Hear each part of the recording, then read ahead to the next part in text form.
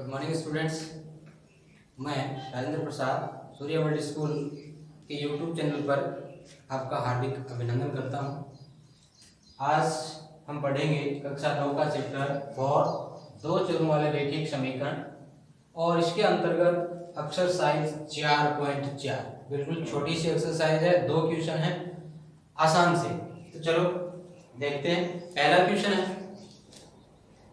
एक चर वाले और दो चर वाले समीकरण के रूप में y बराबर 3 का ज्यामितीय निरूपण कीजिए।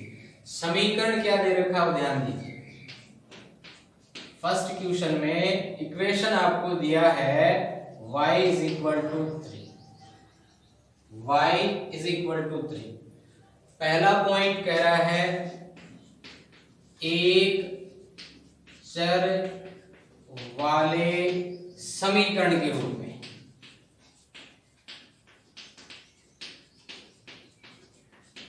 तो एक चर ही तो है y, इसी रूप में इसका क्या करना है, ज्यामितीय निरूपण करना है।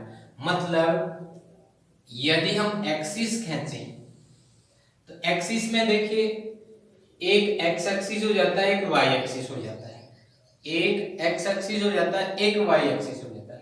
तो इस प्रकार की सिचुएशन में एक चर वाला है तो आप इसको यूं मान सकते हो कि जैसे आप संख्या रेखा पर किसी संख्या को व्यक्त कर रहे हो, संख्या रेखा पर किसी संख्या को व्यक्त कर रहे हो, ठीक है। तो एक लाइन चाहे तो ये ले लें और चाहे ये ले लें। एक लाइन यदि आप दोनों एक्सिस खींचते हो तो इस पर तो एक्स एक्सिस होगा और इस पर वाई एक्सिस होगा, ठीक है, समझ में आ रहा है। तो एक चर वाले की बात हो रही है तो ये केवल संख्या रेखा के रूप में ही आप इसे व्यक्त कर दीजिए। y एक्सिस की बात हो रही है तो y बराबर 3, यानी जिस प्रकार से संख्या रेखा पर आप किसी अंक को 3 को व्यक्त करना है तो वैसे इस 3 को ही आपको व्यक्त करना है, ठीक है।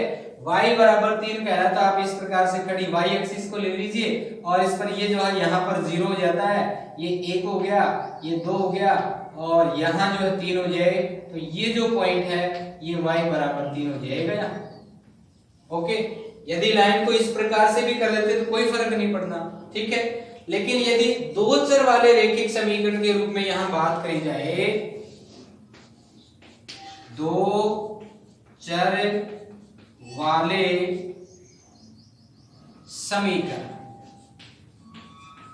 तो उस अवस्था में ये जो समीकरण आपको दिया गया है y बराबर 3, इसे हम किस प्रकार से लिख दें, इसे हम लिख दें 0x प्लस y बराबर 3। अब ध्यान देंगे 0x, x के गुणा में 0 तो टर्म तो 0 हो गया, लेकिन चर की बात करेंगे तो एक चर x हो गया, एक चर y हो गया, तो दो चर हो गए। अब इनको व्यक्त करने के लिए क्या करेंगे, जैसे हमने ये कोई टेबल बना ली, ध्यान देंगे x y, ठीक है, मान वही आना है।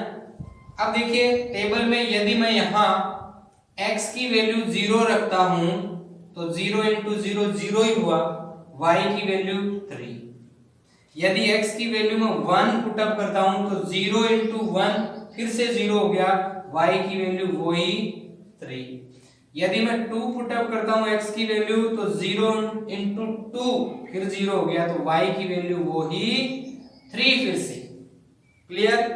अब इसका ज्यामितीय निरूपण यदि अपन करते हैं तो देखिए ये x एक्सिस हो गया, ठीक है, और ये 1 है, ये 2, ये 3, ये x एक्सिस है और ये y एक्सिस है। इस पर भी इसी प्रकार से 1 2 3, ओके। और जहां पर दोनों एक्सिस इंटरसेक्ट करती है वो ओरिजिन हो गया, मूल बिंदु हो गया। अब पॉइंट कौन कौन से हुए वो देखिए, 0 3, तो 0 x की वैल्यू यहां है, 3 ये हो गया, ठीक है। 1 3 1 3, तो 1 3 यहां हो जाएगा, फिर 2 3 2 3 इसको ऊपर की ओर लेके जाएंगे, 2 3 यहां हो जाएगा। इसी प्रकार से बढ़ता जाएगा, 3 पॉइंट हो गए, इनको कनेक्ट कर दें तो इस प्रकार का डायग्राम बना, ठीक है। वैसे तो लाइन सेगमेंट क्या है, 0x plus y is equal to 3, लेकिन x जो 0 से मल्टीप्लाई हो रहा है तो ये क्या हुआ, y बराबर 3 का डायग्राम ही तो है, y बराबर 3 का डायग्राम हुआ, ठीक है। तो ये तो हुआ दो चर वाले रैखिक समीकरण के रूप में, और ये होगा एक चर वाले रैखिक समीकरण के रूप में। इसी प्रकार ये जो सेकंड क्वेश्चन है इसमें भी आपको समीकरण क्या दे रखा है, 2x + 9 बराबर 0। यदि हम इसे सरल करें तो x बराबर -9/2। अब इसे भी एक चर वाले समीकरण के रूप में व्यक्त करें, एक चर वाले समीकरण के रूप में व्यक्त करना है। तो वही बात उसी प्रकार से एक संख्या रेखा खींच लें और उस पर इस पॉइंट को बता दे कहां स्थित है। देखिए ये संख्या रेखा हो गई, इसमें यहां पर मैंने मान लिया 0, यहां माइनस का 1 है, यहां -2 है, ठीक है, यहां -3 है, यहां -4 है, यहां -5। इस प्रकार से बढ़ते, ये नेगेटिव डायरेक्शन है x की, और इधर जो है +1 +2, ये x की पॉजिटिव डायरेक्शन। क्लियर। अब कितना है, -9/2। -9/2 का मतलब हो जाता है 4.5, ठीक है। तो 4.5 कहाँ आएगा, 4 और 5 के बीच में नेगेटिव यहां आएगा। क्लियर है। तो यहां कौन सा बिंदु हो जाएगा, -9/2 हो जाएगा। क्लियर हुआ। तो ये तो हुआ एक चर वाले समीकरण के रूप में, और इसको भी आप दो चर वाले समीकरण के रूप में व्यक्त करना चाहें तो यहां पर भी क्या करेंगे, दो चर वाले समीकरण के रूप में। इसकी भी हम टेबल बना लेंगे, ठीक है। टेबल कैसे, इस समीकरण को किस प्रकार से लिख दें, देखो समीकरण है 2x + 9 = 0। क्लियर हो रहा है। y इसमें नहीं, आपको दो चर चाहिए, तो इस समीकरण को हम किस प्रकार से व्यक्त कर दें, 2x + 0y + 9 = 0, ऐसे लिख दें, ठीक है। अब यहां से इसको थोड़ा सरल करें, y को आगे ले जाएं, इस संख्या को भी आगे ले जाएं। ये हो गया -9 -0y, और इधर हुआ 2x। देन 2 को डिवाइड में x = कितना आ जाता है, -9 -0y/2। यदि इसकी टेबल हम बनाते हैं तो इसकी टेबल, ये x है, ये y है, ठीक है। y की वैल्यू यदि मैं 0 पुटअप करता हूं तो ये टर्म तो 0 हो गया, -9/2 ही आता है।